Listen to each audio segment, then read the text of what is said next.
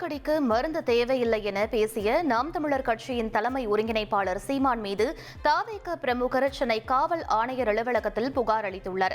பாம்பு கடித்தால் எந்தவிதமான மருந்தும் தேவையில்லை என சீமான் பேசியது பெரும் சர்ச்சையை ஏற்படுத்தியது.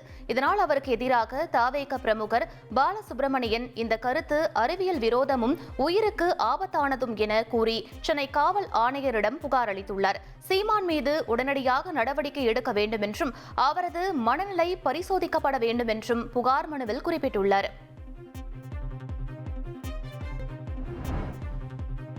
திருச்செங்கோடு அர்த்தநாரீஸ்வரர் கோவிலின் அர்த்த மண்டபத்தில் சிசிடிவி கேமராக்கள் பொருத்தியதை எதிர்த்த வழக்கை சென்னை உயர்நீதிமன்றம் தள்ளுபடி செய்தது. திருச்செங்கோடு அர்த்தநாரீஸ்வரர் கோவிலின் அர்த்த மண்டபத்தில் பொருத்தப்பட்ட கண்காணிப்பு கேமராக்களை அகற்ற வேண்டும் என ஆதிசைவ அர்ச்சகர்கள் சங்கம் சார்பில் மனு தாக்கல் செய்யப்பட்டது.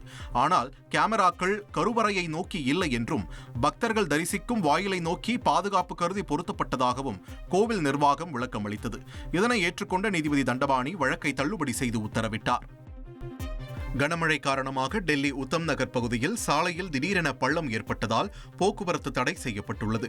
தொடர்ந்து பெய்த மழையால் பள்ளத்தில் வெள்ள நீர் தேங்கியுள்ளது. அசம்பாவிதம் எதுவும் ஏற்படாமல் இருப்பதை உறுதி செய்ய காவல்துறையினர் தடுப்புகளை அமைத்துள்ளனர். மேலும் முன்னெச்சரிக்கை நடவடிக்கையாக அந்த சாலையில் போக்குவரத்தையும் தடை செய்துள்ளனர். இனி செல்லும் இடமெல்லாம் செய்தி. தந்தி டிவியின் வாட்ஸ்அப் சேனலை ஃபாலோ பண்ணினா செல்ல இருக்கும் இடமெல்லாம் செய்தி.